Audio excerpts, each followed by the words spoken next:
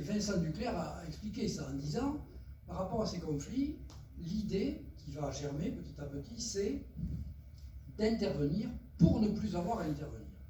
Et alors, vous avez utilisé à plusieurs reprises le mot juste, à savoir que ces hommes politiques qui sont moins engagés que les premiers interviennent en tant que médiateurs. Alors, officiellement arbitres, mais en réalité, ce n'est pas des arbitres parce qu'ils n'ont aucun pouvoir de décision. Ils sont médiateurs. Et Jaurès va intervenir comme médiateur, Waldeck-Rousseau va intervenir comme médiateur, ce qui est courageux de leur part, parce qu'il n'y a que des coups à prendre.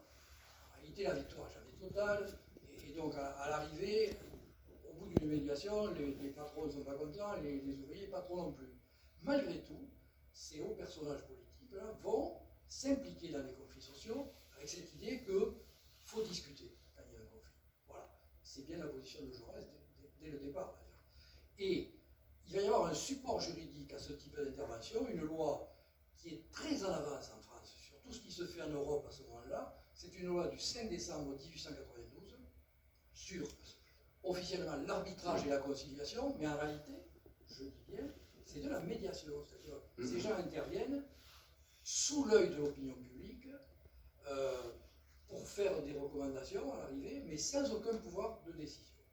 Et ce type d'intervention et ce texte va ensuite, au début du XXe siècle, avoir beaucoup d'importance parce que, par exemple, quand on examine ce qui s'est passé au moment de la grève des sardinières à Douarnenez, ce qui a entraîné l'implication de l'opinion publique aux côtés des grévistes, c'est le fait que le patronat a refusé une médiation, sauf eux. Mais tous les autres patrons ont refusé la médiation et à partir de là, l'opinion publique se range du côté des sardiniers.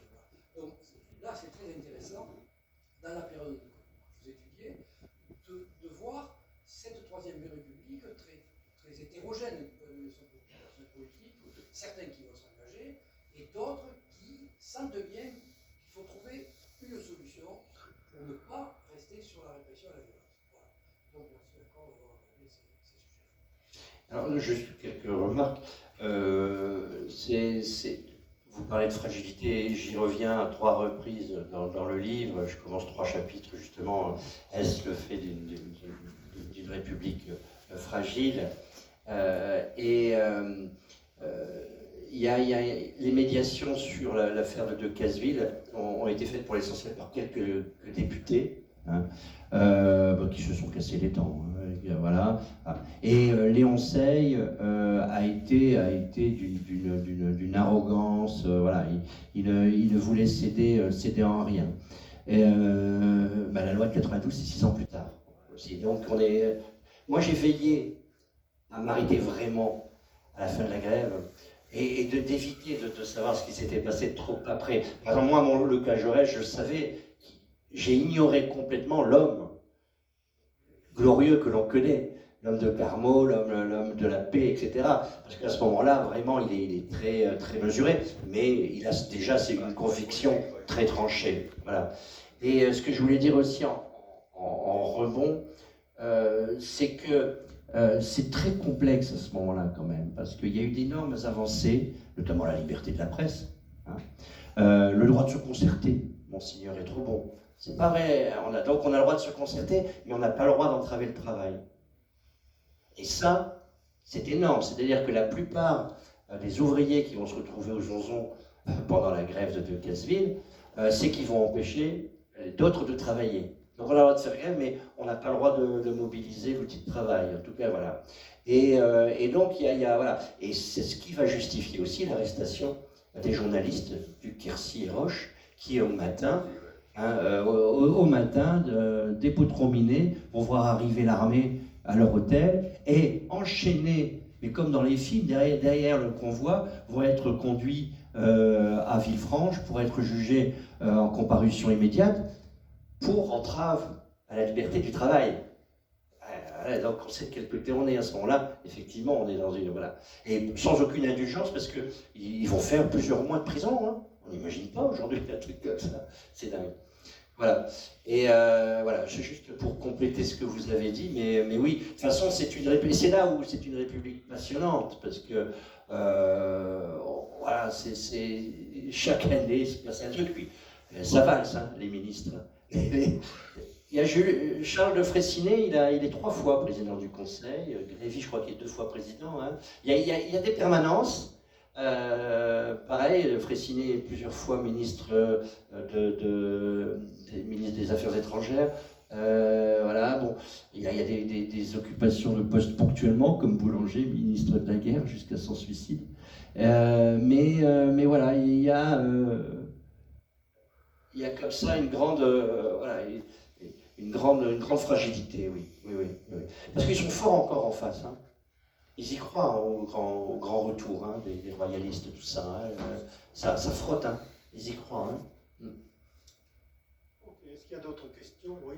C'est pas une question, mais je relisais là, dans le débat sur Jaurès. Ouais. Quel café on avait repris.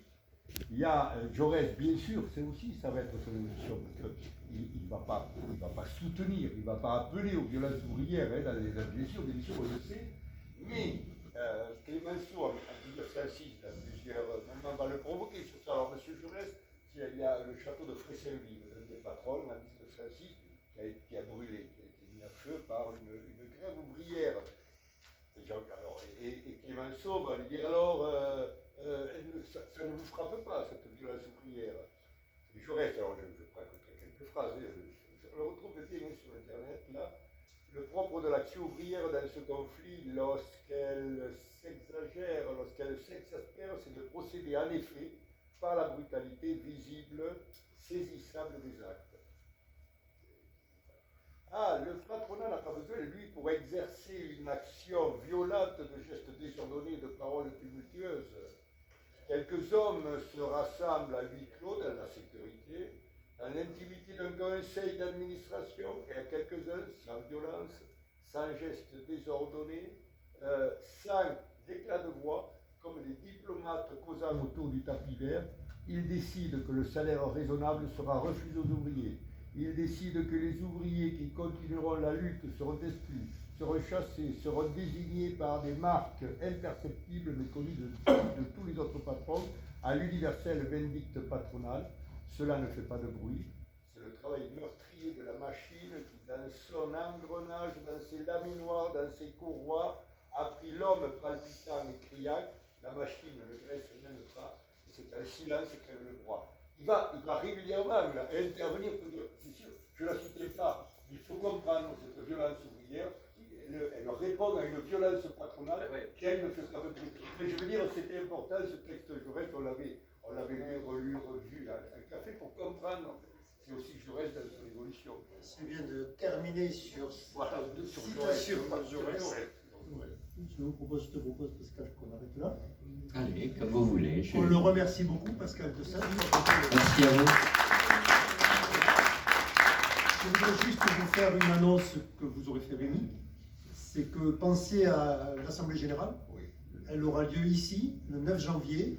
À 18 h, il y aura, on appelle ça un café Jaurès, puisque Rémi Pêche et Pierre Gastou, vous savez qui est Pierre Gastou, aux archives municipales de Toulouse, vous présenteront un document que les archives municipales ont acheté, qui est un document sur Jean Jaurès. Je crois que ça sera, je ne vous en dis pas plus, hein, je crois que ça sera très intéressant de voir cette présentation par Pierre Gastou et Rémi Pêche. À 19 h, il y aura l'Assemblée Générale. Pourquoi j'en parle aussi, c'est parce qu'il y a un renouvellement complet du conseil d'administration. Si certains d'entre vous veulent être candidat ou candidat, n'hésitez pas à écrire à Rémi Pêche, 8 rue Saint-Henri. Et enfin, à 20 h, on partagera, en dehors des locaux d'ici, on partagera la galette républicaine selon la tradition des amis de Jean Jaurès. Donc un grand merci à Pascal Dessay. Merci à vous. Vous avez son livre, n'hésitez pas, c'est passionnant à lire.